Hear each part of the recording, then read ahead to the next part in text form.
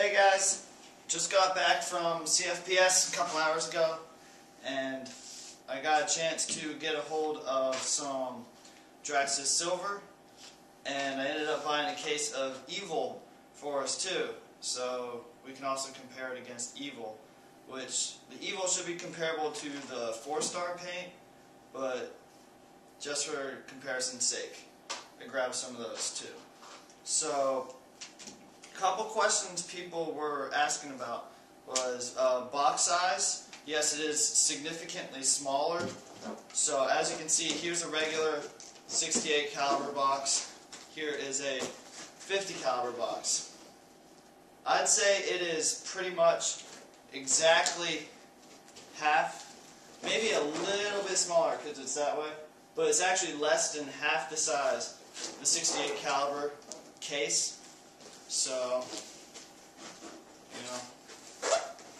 pretty small. So, it will help on shipping and everything. You could fit a lot more on a pallet and store it in your car or whatever you need to. I know that was one thing that mattered to us today, was fitting enough cases of paint in people's cars.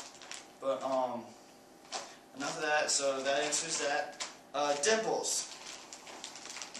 It's kind of crazy, like 50 calibers are so much smaller, they just look like a little itty bitty cute little 68 caliber ball, and so do the dimples. The dimples are actually proportional to, or they seem like they're proportional to the 68 caliber dimples that you normally find in them. Like they just look like itty bitty little dimples in them. So, and there were some that had a pretty big dimple for its size, but you do see some 68s with a pretty good dent in it. So that's that. Calipers. I found my grandfather's calipers that he used. He worked on like missile programs for like Lockheed Martin, like back in like the 60s and 50s and stuff. So I knew he had some tools like that, but I found it and it was all rusted up and beat to crap, and I have no idea how to get it working. Like, it was not, I know how to work a caliper and it was not working the way it was supposed to, so don't have a working caliper. I don't have a balance that I can use, or I don't know anybody with a balance that I could use, so can't really do any of those tests. It would be cool to know the weight of these since this is supposedly final fill, but I'm sorry, I don't have it. If I'm at a garage sale or something, if I see one cheap, I'll definitely pick it up. But that's that. I'm planning on doing a drop test at 8 feet, 6 feet, and 4 feet. Either tonight or tomorrow or sometime early this week. I'm going to try to do it tonight, but it's starting to get kind of dark out, and I want to make sure you guys can see it. And if not, I'll do it tomorrow if I have enough time getting back from the CFPS event tomorrow. And if not, I'll most likely do it Monday. But, that's that. Oh, couple, like, minor observations that I just noticed was, I was bored last night, and I went on my hard tile for my kitchen flooring, and I took some, and just dropped it at my nose level. I'm 5'10", so I'm guessing 5'5", 5 feet 5 inches, and it was breaking. It broke every time. I was actually really surprised, because I actually tried crushing one time in my hands, like in the sink, and I had to use both my hands and really get on it to break it. So, and like usually 68, like I can break it pretty good with my fingers, just my index and thumb. And this I had to use my whole wrist to get it. So, I was surprised to see that it was breaking at nose level. So, it would be cool to see it at like the actual set heights and see how many actually bounce that way. I only did it on 2 because I was bored. But, and also today, I showed them to people, and some people were saying good things, some people were saying not. You can't really say anything because I couldn't shoot it, I don't have a gun yet. But we started throwing them at trees, because that's what you do, you throw paintballs at trees. And they were breaking. They were breaking just like a 68 would when you threw it at a tree. You know, just rear back and throw it, and it broke. So, just a little minor observation. People were wanting about drop tests in a regular 68 caliber. I hope I don't fuck anything up by doing this or screw anything up. But yeah, I'll do it. So this is roughly 495. I mean, I've broken, or 490 because I put some in this little tray. But so roughly a whole bag, but a little bit less. So let's see how many we can get in here. In a standard rotor with a standard shell, and then Exalt quick feed.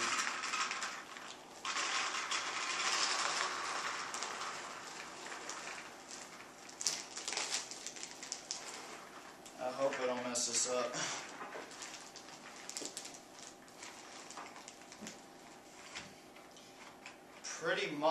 I pretty much got an entire 500 round bag in this rotor. I'm not going to tilt it too much because they're 50 caliber and they'll probably fall out of the speed feed. But I pretty much got the whole thing in here. And it feels a lot heavier than it does with normal 68. Probably because it can fit in all like the little grooves better, so there's actually more volume in here than it would be with 68. So let's do a drop test. I hope I don't fuck anything up. Oh shit. Hold on, I gotta go get a pen real quick. The other day I was cleaning my rotor and I lost a button on the back, so I gotta use a pen to turn it on and off. Whatever. Still works.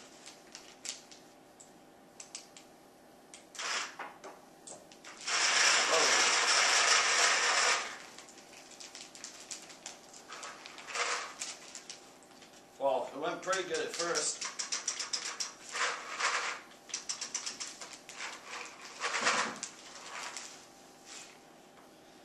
Got maybe 100 out and then just straight jam.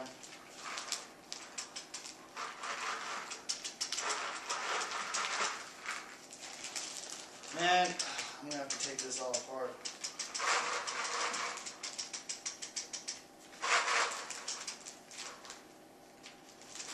Alright, well, definitely jams the rotor. So now for a Empire Reloader B, which has been ghetto rigged just to hold on the battery pack.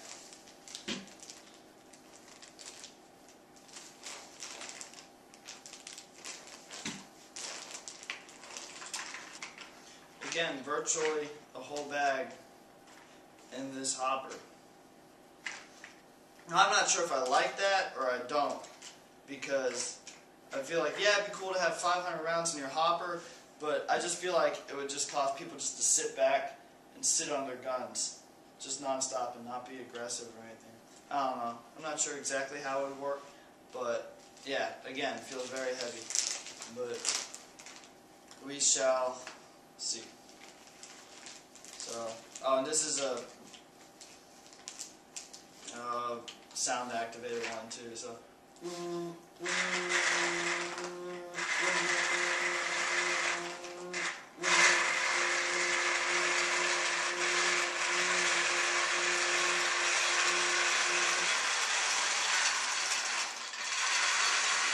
Well, this seems to be feeding it just fine.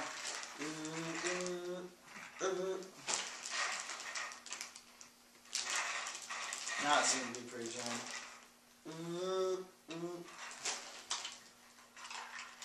Yeah, I can feel it through the rip drive. Yeah, it's pretty jammed. There we go. Alright, so Empire Reloader B actually feeds it surprisingly well. Rotor jams. And this rotor, I know a lot of people have had problems with the rotors, but I personally, I've never had a jam with this with 68. And where's some wood? Screw it. I'm not superstitious. But hopefully it won't jam on me. But I've had pretty good luck with it so far. Awesome.